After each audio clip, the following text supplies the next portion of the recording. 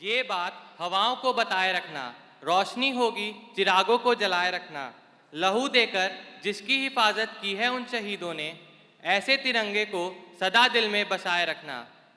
बहादुर नायक कभी अपनी व्यक्तिगत जरूरतों को प्राथमिकता नहीं देते। सीमाओं की रक्षा के लिए हमेशा तत्पर रहते हैं ताकि हम शांतिपूर्ण और खुशहाल जीवन जी सके। आइए ऐसे महान इतिहास को कृतज्ञ हृदय से याद करें। इस दिन के महत्व के बारे में कुछ शब्द कहने के लिए ज़ैनब परवीन अपनी प्रभावशाली भाषण के साथ आगे आ रही हैं।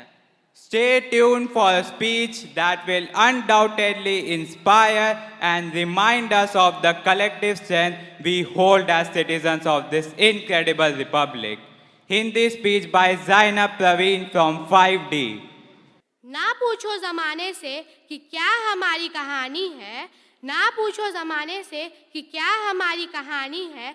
हमारी पहचान तो सिर्फ ये है कि हम हिंदुस्तानी हैं। माननीय मुख्य अतिथि महोदय, गुरुजन, मेरे सहपाठी भाइयों एवं बहनों, आप सभी को 75वीं गणतंत्र दिवस की हार्दिक शुभकामनाएं।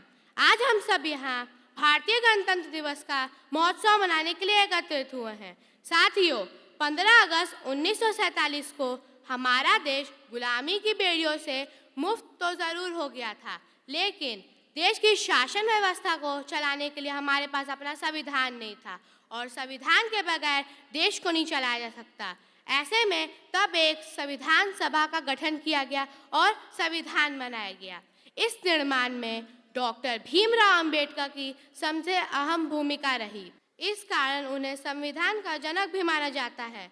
संविधान को बनने में 2 साल 11 महीने और 18 दिन का समय लगा।